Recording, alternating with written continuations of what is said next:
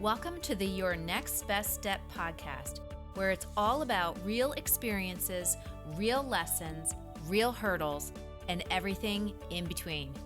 I'm Teresa Cantley, and I'm bringing you over 20 years experience in business, leadership, and marketing to help you shift out of your corporate thinking and into being an entrepreneur so you can maximize your results, build and empower your team, and make a bigger impact. It's time to turn your ideas into innovation, and that's only the beginning. So let's get started. In 2011, I had the biggest scare of my life. I was sitting at my desk and I thought to myself, I was in corporate America, and I thought to myself, I was working so hard. I was keeping lists in my head. I would have a list a mile long, and I was so stressed and so overwhelmed and so frustrated. And I remember sitting at my desk and in my office, and I remember I just started crying. And I started to think to myself, is this what my life is really going to be about? Is my tombstone going to say she was a really hard worker? And I thought, oh my gosh, I can't do this anymore. And I just broke down. And my best friend came in and said, what's going on? And I said to her, I said, Vanessa, I can't do this. I can't.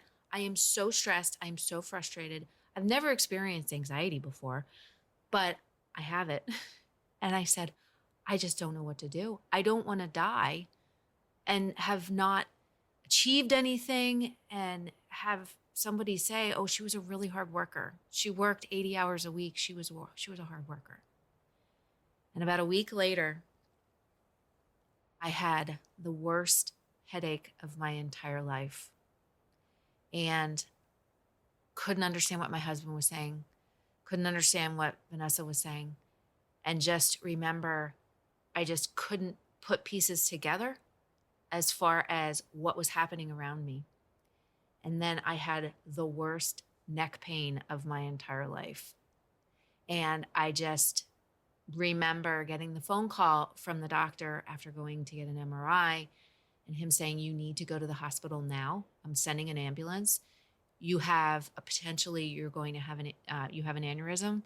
And if the artery goes, it's going to be fatal. So we need to get you to the hospital now.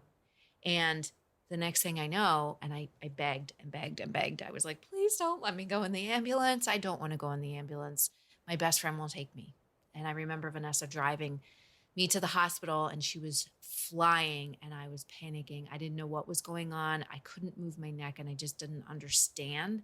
And as we're driving, she's going, look at that restaurant. We should go eat there. That would be amazing. Look at that. How about this one? And I was just freaking out. And we get to the hospital, and as soon as we got there, I said, my name's Teresa Galetta at the time. My name is Teresa Galetta, and Dr. Shaw sent me in, and they knew exactly who I was. And the next thing I knew, I was rushed back. I was rushed in for a CT scan, and I found out that I had a series of TIAs, which are small strokes, and I had a vertebral artery dissection, which means, and it was the full length of my neck, the artery in my neck was torn, and just was so floored as to how this happened. I mean, I was 36. Was I 36? 35 at the time? Wait, what year is it? 34. I was 34. And just didn't understand really what was happening. Well, the one thing that they said was, because I got sent home. Normally they do surgery, but they didn't do surgery in this case because it was too long of it was the entire length of my neck, which would have been a lot of metal in there when they put stents in. So I got sent home. I had to rest. I wasn't allowed to work out. Wasn't really allowed to do anything. As the nurse said to me, you need to function like a 90-year-old. And was on blood thinners for a good 9-month period until it healed. And the thing that they don't tell you is that your focus and your memory kind of goes out the window. It's hard to read. It's hard to watch TV. It's hard to focus on anything. And during that time, I was also still experiencing migraines, severe migraines, and I still had neck pain. So I had a lot of pain at the same time. And one of the things that I realized is that I could no longer remember my to-do list. I could no longer look at a to-do list and figure out how to get everything done. So the thing that I learned to do at that point, and I credit Chalene Johnson with this, was I learned how to plan out my week, plan out my days, and also take my goals and break them into pieces and to understand how to chunk out time during my day for the things that really mattered most. And why I'm telling you this story is one of the big things that people focus on, and maybe you or big thing that people struggle with, and maybe you're one of these people, is keeping your calendar and really getting better with keeping your calendar. It's very, very easy to have this mile-long to-do list. And what I've seen more often than not is people have goals on their to-do list and can't figure out why they can't get stuff done. So it is so imperative that you get better with your calendar. We talked in a previous episode about elevating your focus. And one of the key things to helping you to elevate your focus and focus on the things that you need to do is learning how to get better with your calendar. Just like I had to do back in 2011, when I no longer could remember my whole to-do list. I used to keep it in my head and I used to think it was great. I couldn't multitask, which now they say is bad for your brain. And I wanted to get out of corporate America. And because I had my brick and mortar business, I had my store already that we started in 2009, and I wanted to go into that full time. And that was the biggest realization that I had during that whole period was I was given a second chance at life, at my dreams, at my goals, and I wasn't going to let that go. I wasn't going to waste it. So I had to figure out how to get better with my calendar, how to really own those goals, break them into chunks, into pieces, and then work on them every single day. Every single day. And that is how I got out of corporate. And this is exactly what you need to do as a business owner, as a CEO, as a leader to move your goals, your dreams, your business, everything forward. So how do you get better with your calendar? Well, number one, hey there. I know there is so much going on in the world, and it's so easy to get caught up thinking you just need to get through this time and you just need to survive.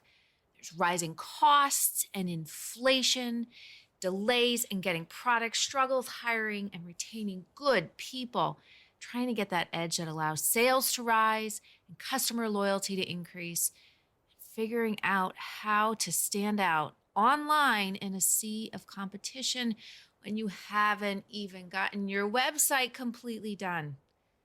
But I'm here to tell you there's a better way to approach these things. There's a better way to approach this time that we're going through, a way that will lead to higher profits, more money in your pocket, and more time to do the things you love to do. And that's where I come in. I come in to help you fix what's broken, plug the holes, so you can insulate your business from any impacts that might come your way. Over the past decade, I've helped many product-based business owners to turn their business around and increase their income and their profits 20%, 30%, and even up to 80%. Yes, I said that correctly, and you heard that correctly. So what did they do? They stopped spending money on random marketing and software that doesn't work. They hired a high-impact, high-growth team to help them move the business forward so they didn't have to do everything themselves. They implemented processes to streamline work so they could do more with less, and they increased profitability by really and truly understanding their numbers. And most importantly, they started thinking like a CEO and not just a small business owner. And you can do this too. You really can. And I want to help you. You and me working one-to-one to get the results you've been working towards for years. Imagine going from 6 figures to 7 figures to 8 figures, even to 9 figures. It's totally, totally possible. So apply to work with me in my exclusive Business Masters one-to-one program, and let's do this. Spaces are limited. Unfortunately, there's only one me, but the results that you get are truly extraordinary. So, you gonna do it? Are you in? I look forward to seeing you on our next call.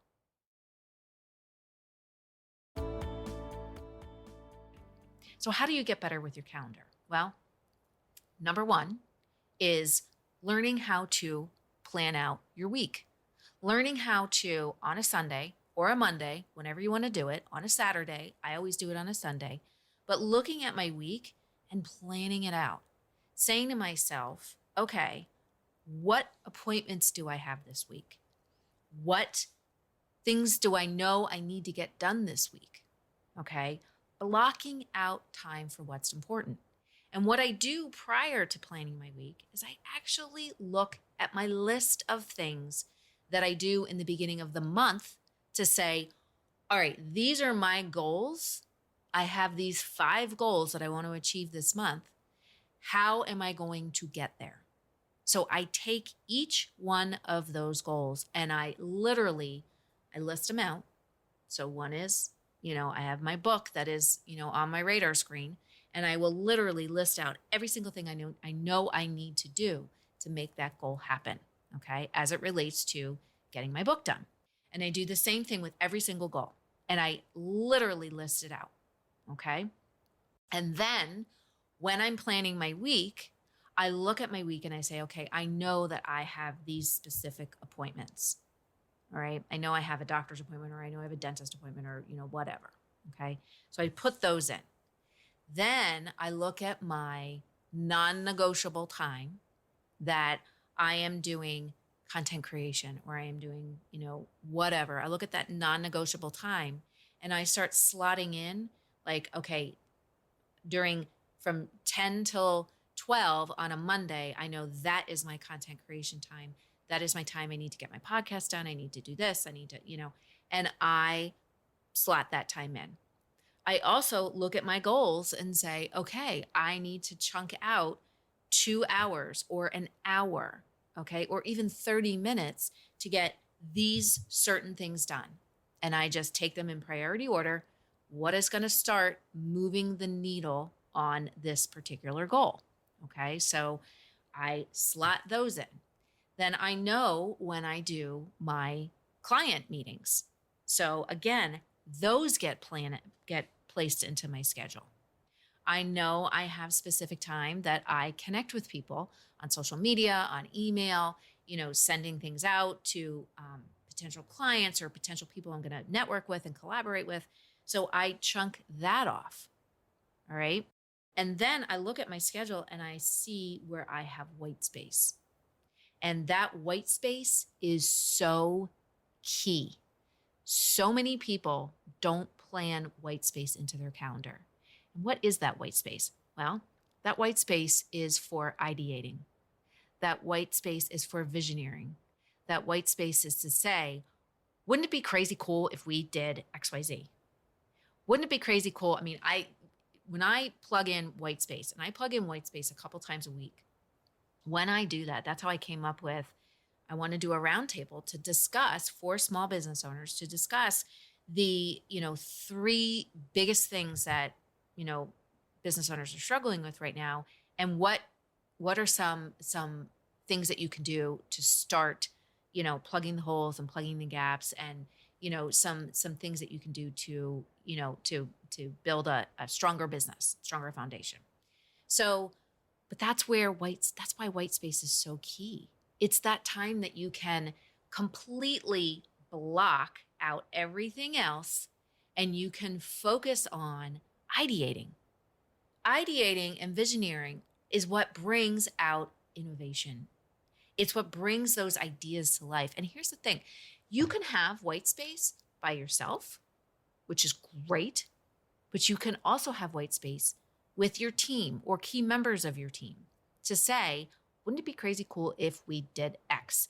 That is how we get out of, well, we're not ready for that now, or we can't do that now, or that's how we get rid of that, is we block out time to ideate. We block out time to think of the things that we really want to do and start to say, okay, what can we do now to make this ball roll? What can we do now to start pushing this boulder up a hill? And that's why white space is so, so, so important. Some people call it thinking time. I call it white space because literally it is like having a blank canvas to say, wouldn't it be crazy cool if we did X? So getting better with your calendar. When I meet with people and they tell me, Teresa, I didn't get this done, or I don't have enough time, or I always say to them, you know what? I have the same amount of time as you do and the same amount of days in a week and the same amount of, hours in a day. So let me see your calendar. Let's see what you did. Let's see how you planned it. And more times, I can count more times than not, I always get, well, I don't have anything written in my calendar. Or when I look at their calendar, it's completely filled with random stuff that they don't really need to do. So let's roll back for a sec. So the first thing that you want to do in the beginning of the week is you want to take time to brain dump, to literally write out your goals, your things that you want to do this week, and literally brain dump. And then I always tell people, prioritize it. What do you want to start with? All right. What is going to move the needle first? And that's what you're going to put into your calendar first. Then I look at the week and I say, I start blocking off time. I start blocking off when I know I have client meetings.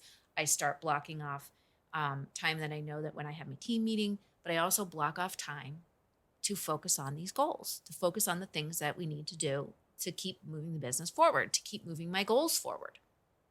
Then I also block off that white space time to say, when is going to be the ideating time? And that ideating time is a non-negotiable. My morning routine is a non-negotiable. I block off time for my morning routine as well. So when you start doing this, and if you did something that I suggested in a previous episode, your time audit, to see what can you delegate, what can you automate, what can you get off your plate, what can you outsource, what does that look like? That's how you can start to say, I actually have some free time in here that I can go for a run, or that I could go get my nails done, go get a pedicure, go out for lunch with a friend, whatever it might be. The calendar, when you get better with your calendar, then this is one thing I've learned, is that's how you can start to set up healthy boundaries. To say, these are the days when I'm doing XYZ. These are the times when I'm doing XYZ.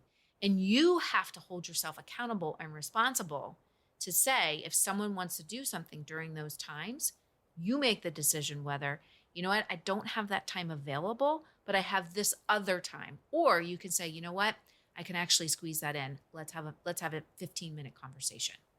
But then that is your decision, and you're not on everybody else's agenda, which leads to a lot of frustration. So when you start getting better with your calendar, you will start to see things start happening a lot faster than they probably are right now. And I know for myself, I feel a lot better at the end of the week because I feel like I focused on the right things and I feel accomplished. I feel like I got things done.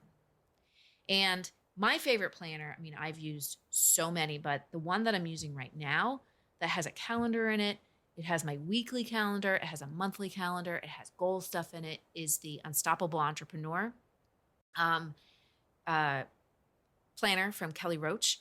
I've used Michael Hyatt's. I've used his Full Focus. I've used Chalene Johnson's, the Push Planner. I've used Danielle Laporte's. I've used so many different ones. Find one that works for you.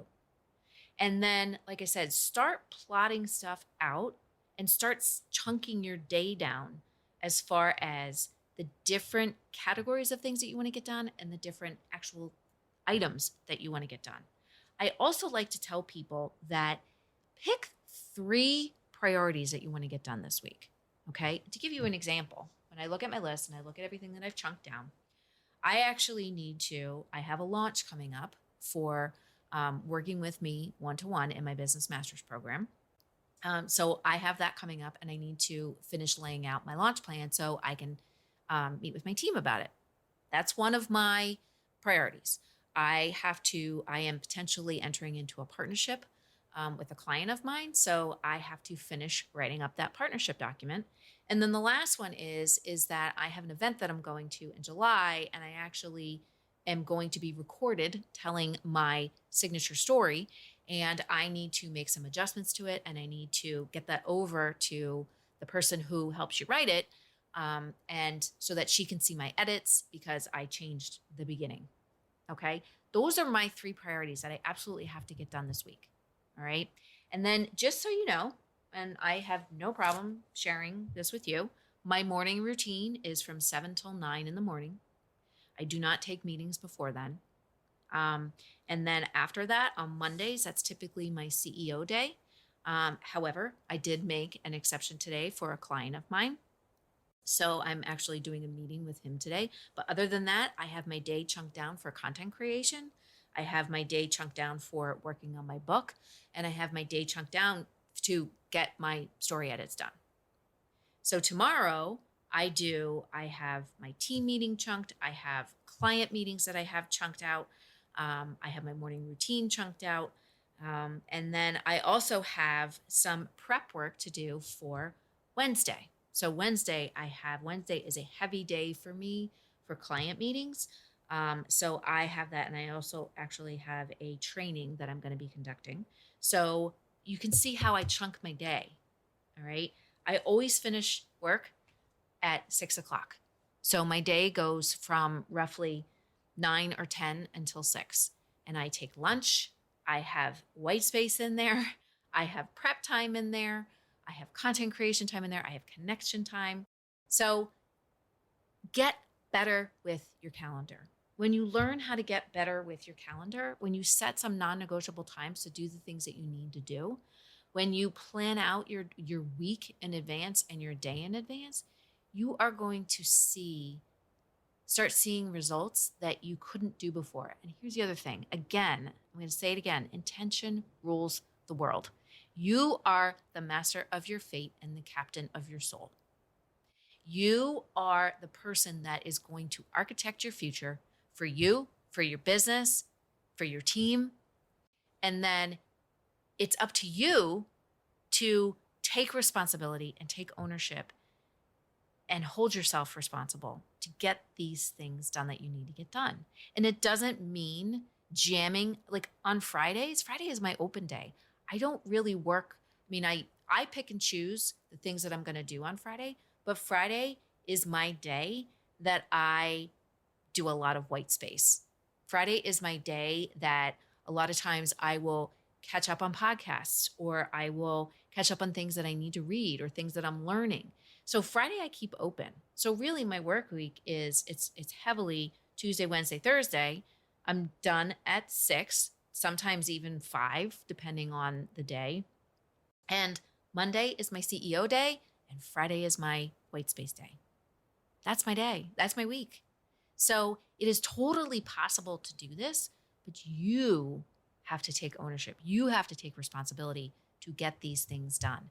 And when you do, this is how you start taking radical responsibility in your business. And this is something that is so, so important for you to do right now, because times are changing, things are changing, people are changing, the economy is changing, the world is changing. And in order to continue to thrive and be successful, you need to have better focus. You need to make sure that you're focusing on the right things to continue to move your business forward. So I hope this helped you. And I hope that I would love to hear, what part was most helpful for you with this episode. Like I said, it's totally possible to do this. I learned how to do it after a brain injury. So if I can do it, you can do it. And I know you can do it, People shy away from keeping the calendar. I don't know why when it comes to their business, because so many people do it in their personal life. You can do it in your personal life for your kids' routine, for your routine. Do it for your business. Your family, your future, your team will thank you for it. And you will thank yourself for it. So anyway, I would love to know what was most helpful for you in this episode. But until next time, let's all take care of each other a little bit more than we already do. And I will see you back here next week, same place. Be well and take care. Hey there, it's Teresa, and I'm so glad you're here. I'm so glad that you join me every week to listen to this podcast. This podcast has been a dream of mine, and when we hit episode 100, I was super excited, and I know now we are on our way to episode 200. If you like what you hear, and I know you do because you're here, I would love if you could head on over and leave us a review, either on iTunes, on Google Play, on Stitcher, on whatever it is that you're listening to this podcast. I would absolutely love it. When we get reviews, when we get 5 stars, it enables us to show up higher in the different categories so that more people can find us and we can make a difference in more small business owners' lives. So I would love if you could go on and leave me a review, and also tell me what you love, tell me what you want to hear more of, and how I can help you, because that's what I'm here for. I am here to give you real life experiences, real life coaching, real life stories from my work, my experience helping small business owners to build their business, but also me actually building and growing several of my own businesses. So if you love what you hear, please go over and leave a review. It would be absolutely amazing and would mean so much to me. But until next week, take care, and I will see you soon.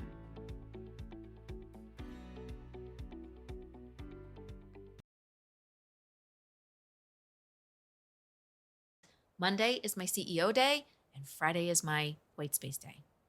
That's my day. That's my week. So it is totally possible to do this, but you have to take ownership. You have to take responsibility to get these things done.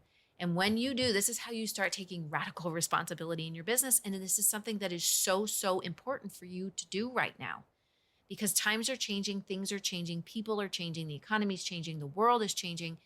And in order to continue to thrive and be successful, you need to have better focus.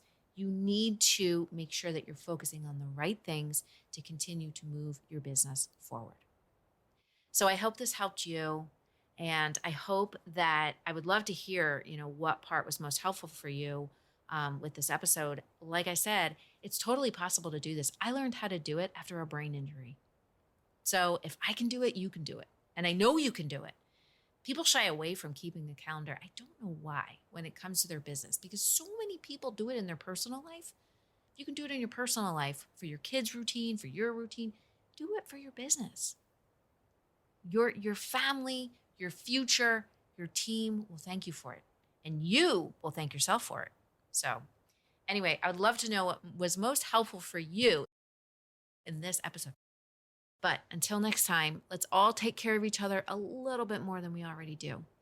And I will see you back here next week, same place. Be well and take care. Hey there, it's Teresa, and I'm so glad you're here. I'm so glad that you join me every week to listen to this podcast. This podcast has been a dream of mine, and when we hit episode 100, I was super excited, and I know now we are on our way to episode 200. If you like what you hear, and I know you do because you're here, I would love if you could head on over and leave us a review, either on iTunes, on Google Play, on Stitcher, on whatever it is that you're listening to this podcast. I would absolutely love it. When we get reviews, when we get 5 stars, it enables us to show up higher in the different categories so that more people can find us and we can make a difference in more small business owners' lives. So I would love, love, love if you could go on and leave me a review. And also tell me what you love. Tell me what you want to hear more of and how I can help you, because that's what I'm here for. I am here to give you real life experiences, real life coaching, real life stories from my work, my experience helping small business owners to build their business, but also me actually building and growing several of my own businesses. So if you love what you hear, please go over and leave a review. It would be absolutely amazing and would mean so much to me. But until next week, take care, and I will see you soon.